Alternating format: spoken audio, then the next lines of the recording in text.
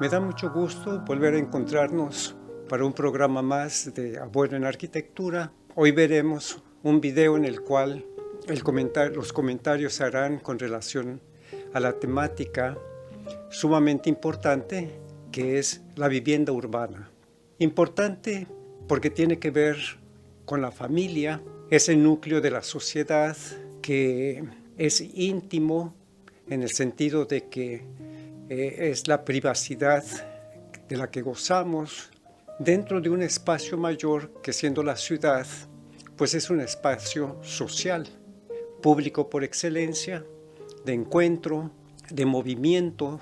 En el caso de la vivienda, pues tenemos un espacio que es básicamente de convivencia familiar, de un relajamiento de lo que a otras horas del día las dedica uno al trabajo, al comercio, o sea, a las compras, en fin, actividades que a veces son por fuera de la casa durante largas horas. En el caso de los hijos, pues ir al colegio, sus recreos, sus momentos de encuentro con sus amiguitos de la vecindad, etc. Ahora, la vivienda tiene la característica de tener tanto la privacidad a dos niveles, la privacidad de la familia y la privacidad individual. O sea que a partir de cierta edad, los hijos pues ya quieren tener sus cuartos, tener sus propias decoración, tener sus pertenencias, juguetes, sus libros, sus fotografías o cuadros, pósters, todo esto, ¿no? Lógicamente que entre más crecen, pues va siendo también ya un espacio que lo van a dedicar más al estudio durante largas horas. Vamos a hablar acerca de la vivienda, entendida no nada más en general, sino un poquito subdividiéndola, y que en el medio urbano son diferentes economías las que van a determinar la vivienda de estas familias. Siendo la ciudad un espacio ideado y construido por el ser humano, vamos a comentar de la manera como esta magna arquitectura se ha ido esculpiendo con relieves de lectura complicada, ya que los muchos géneros arquitectónicos diseñados y construidos durante siglos, y en algunos casos milenios, ha ido replanteando los rasgos sociales imperantes en cada generación, aplicando formas arquitectónicas construidas a la escala de la vivienda familiar como base de esa sociedad. El medio urbano responde a todas las actividades laborales que realiza el ser humano, complementando y excluyendo aquellas que corresponden a lo rural, que en el video anterior fueron comentadas. A como va aumentando la población, van extendiéndose las ciudades, también se van remodelando los edificios y a lo largo del tiempo van cambiando el uso que se les da. Muchas veces se hace necesario demoler edificaciones porque ya están muy viejas y deterioradas. También para crear nuevos usos que resulten más funcionales y apropiados ante las necesidades y expectativas sociales. Pueden haber cambios por razones mucho más dramáticas debido a catástrofes producidas por fenómenos naturales y desastres causados por guerras y de genocidios, como fue el caso demente de utilizar bombas atómicas. Las ciudades van creciendo a diferentes ritmos. Las poblaciones van variando sus costumbres y hábitos, no solo por el aumento de la población, sino también por los cambios que provienen de los niveles económicos, de los estratos sociales y de los gobernantes en turno. Si aumenta la prosperidad o aumenta la pobreza, eso se reflejará en la conducta social de cada generación y también en la imagen urbana y la calidad de su arquitectura, que permanecerá presente por muchos años. Puede surgir la pregunta planteada a los urbanistas y gobernantes de cuál es el tamaño ideal para que una ciudad funcione sin tantos problemas y costos. La respuesta no sería ni categórica ni de validez permanente. La ciudad es como un laboratorio que requiere mucha observación y monitoreo. También es como el paciente de un hospital que sufre patologías que requieren recibir tratamientos. Las ciudades en su diversidad resultan interesantes en una gran variedad de enfoques, dependiendo si se trata de sus habitantes residentes, de turistas, de negociantes, inversionistas, de jóvenes o viejos, de adinerados o pobres, de ejecutivos o de taxistas, etc. Por otra parte, el tamaño de una ciudad grande, supongamos 10 millones de habitantes, no resulta lo mismo para un país grande que ese mismo tamaño en un país pequeño, o esa misma ciudad en un país rico comparado con un país pobre. La ciudad, de manera parecida a una vivienda, refleja en mucho las características de sus moradores. Ahora pasaremos a comentar más específicamente lo relativo a la vivienda urbana. Ya antes mencionamos en el programa anterior acerca de la vivienda vernácula propia del medio rural. Esta actualmente no se da casi en absoluto en las ciudades debido a que la vivienda vernácula depende del material de construcción que es recogido gratuitamente de la naturaleza y la mano de obra que se realiza por la misma comunidad. Por lo tanto, nos referiremos a categorías de vivienda, ya que éstas dependen de la cultura y del estatus económicos de cada familia. Estas categorías se refieren a familias de los estratos menores, aquellos de estratos medios y las de estratos altos, económicamente hablando.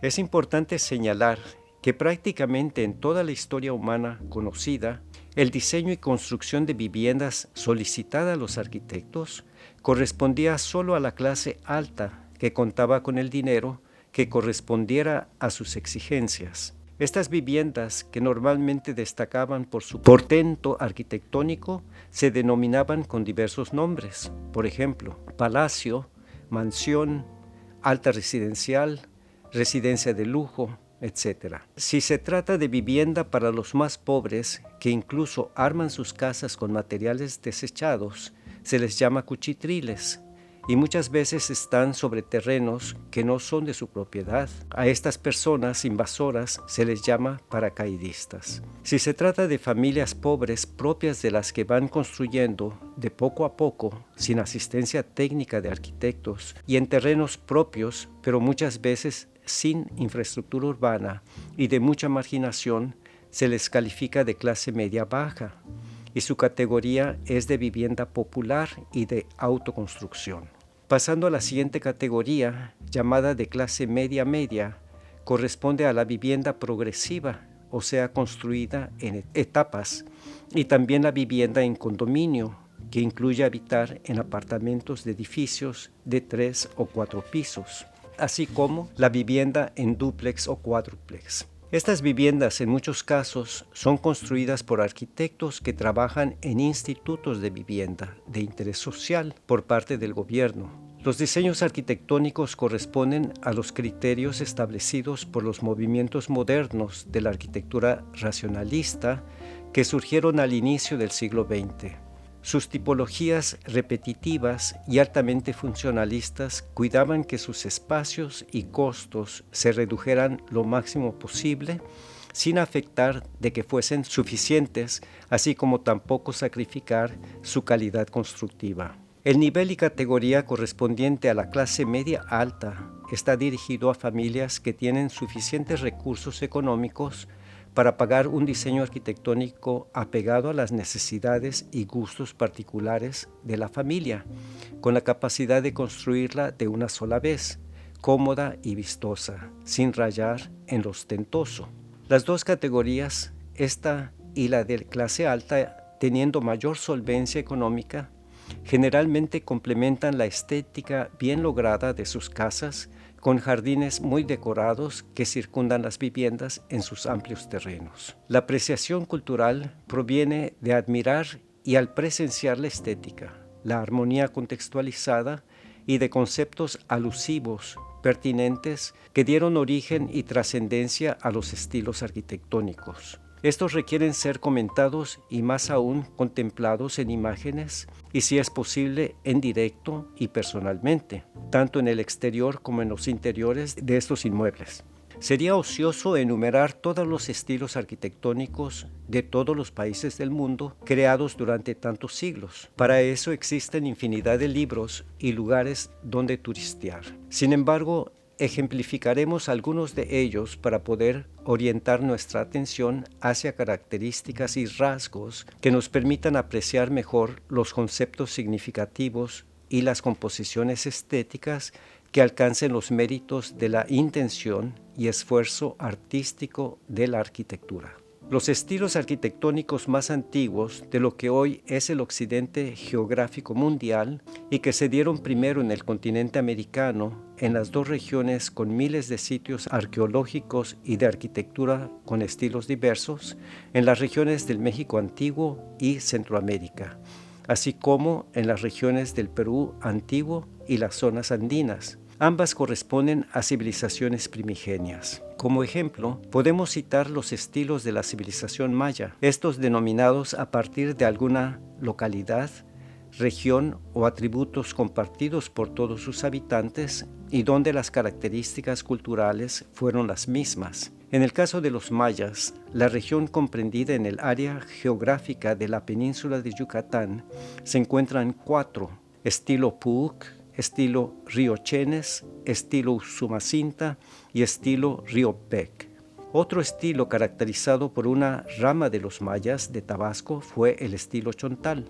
En Centroamérica se dieron otros más como el maya quiché, el de la zona del Petén, el del lago Atitlán. En la geografía del Perú antiguo y la región de los Andes más próximos se dieron los estilos de Tiahuanaco, de Machu Picchu y de Cusco, etc. Valga decir que aún falta mucha exploración en la totalidad de Latinoamérica, donde seguramente habrán muchos nuevos hallazgos. No mucho tiempo después surgieron las civilizaciones de Grecia y la de Roma, nutridas amplia y profundamente por las civilizaciones primigenias de Egipto y las de Mesopotamia, de los continentes de África y del Asia. En el antiguo y gigantesco continente de Oriente se produjeron estilos de una belleza arquitectónica deslumbrante y revestida de significados tan refinados como siempre, provenientes del mágico continente asiático, sobre todo de la India antigua. Avanzando en los siglos, podrán admirarse los estilos que destacaron en el continente europeo, gracias a las aportaciones realizadas por los árabes en tierras ibéricas durante un periodo muy prolongado y que han significado un patrimonio de excelencia arquitectónica y que resulta ser un enorme atractivo para los turistas. Por otra parte, en Europa, Italia destacó por su magnífica calidad artística que llegó a influir y proyectar hacia el resto de Europa su genial creatividad, logrando establecer grandiosos estilos artísticos y arquitectónicos desde mediados del siglo XV, cuando inicia el Renacimiento en Florencia, y continuó expandiéndose con algunas variaciones en los estilos hasta llegado el siglo XX, en que hacía eco todavía el estilo neoclásico y el posclásico, como también su presencia en villas y residencias de descanso campiranas. Para finalizar esta temática tan abundante en tratados especializados, es preciso sacar a la luz las genialidades que, a la par de Miguel Ángel Buonarroti, llegaron a desarrollar los arquitectos Antonio Gaudí y Le Corbusier en cuanto a estilos de la era moderna contemporánea. El primero realizando obras de una creatividad que invita a recrearse en la fantasía convertida en arte excelso. Él vivió en el umbral de los siglos XIX y XX y su arquitectura era, además, elegante y de costosa calidad. El segundo sentó las bases para enfocar la arquitectura hacia un método y no un estilo, que diera orientación a los arquitectos, dirigiéndolos a resolver la producción de la vivienda con la lógica de óptima funcionalidad económica de los espacios, utilizando materiales constructivos que resultasen más efectivos y sin la necesidad de agregarles acabados de revestimiento. Enfatizó los diseños de tipologías que pudiesen ser repetidas en gran cantidad, siguiendo el sistema de producción industrial masiva y de esta manera reducir costos que permitieran que la gente tuviera más acceso a viviendas cómodas, agradables, duraderas y a buen precio. Esto condujo al movimiento moderno, el llevarlo a la arquitectura de inicios del siglo XX, con el apelativo de estilo racionalista y de ser simplificada su estética utilizando en los diseños los volúmenes platónicos, que tienen la ventaja de ser muy sintetizados, tal como el cubo, el cilindro, el cono, la esfera, etc., y poder combinarlos entre sí en diversas posiciones y tamaños. Finalmente, esto logró una estética arquitectónica muy atractiva, sin los costos tan enormes que anteriormente se pagaba por decoraciones muy elaboradas. Como está dicho ahí, bien sabemos de que esto depende de qué país se trate, de cuál sea su clima, cuál sea su cultura, qué tamaño tenga esa ciudad, en fin, toda una serie de referentes que son las que van a actuar sobre las características de una vivienda. Hemos visto también lo que significan los estilos. Sabemos que los estilos empiezan desde muy temprano en la historia humana, debido a que las edificaciones eran sofisticadas y dedicadas al culto. En otras palabras, las pirámides, las iglesias, las mansiones de gobierno, los castillos, todo estos que eran los primeros edificios que sí requerían cierto estilo, cierta arquitectura, pero cuando se trataba de la vivienda, simplemente la gente lo resolvía solos. Ya se da más adelante, y sobre todo en los niveles siempre altos, me refiero de alta economía, reyes, la nobleza, la iglesia, que contrataban a los arquitectos para diseñar. Incluso todavía va a entrar apenas el siglo XX cuando realmente el arquitecto tenga que ver con clases que no sean las clases más altas. Todavía a fines del XIX, el último de los estilos, que fue el Art Nouveau, también conocido como el modernismo, era una arquitectura para la que estaban preparados los arquitectos. La enseñanza de ellos era la elegancia de la edificación. Quiere decir de que eran muy esmerados los diseños al interior y al exterior, y por lo tanto sus clientes siempre eran gente de mucho dinero. Pero en el siglo XX, después de la Primera Guerra Mundial y de la Segunda Guerra Mundial, se extendió la pobreza por todos lados, sobre todo allí donde parecía que el progreso y la estabilidad política y social se había logrado, y que en este caso es Europa. Después de tanto tiempo ya parecía que estaban estabilizados. Habían guerras, pero nunca guerras tan salvajes como las de la Primera y la Segunda Guerra Mundial, por la magnitud de destrucción. Las guerras, recuerden que antes eran en un campo de batalla, fuera de la ciudad, y no se buscaba lastimar a la gente. Pero ya en estas guerras ya empezaron los bombardeos, pues ahora sí que genocidias. Todo esto nos permite entender de que la vivienda para todos los niveles es cosa básicamente desde el inicio del siglo XX hacia aquí. Con esto damos por terminado y les deseo que la pasen muy bien, cuídense mucho, me da gusto saludarles. Hasta luego.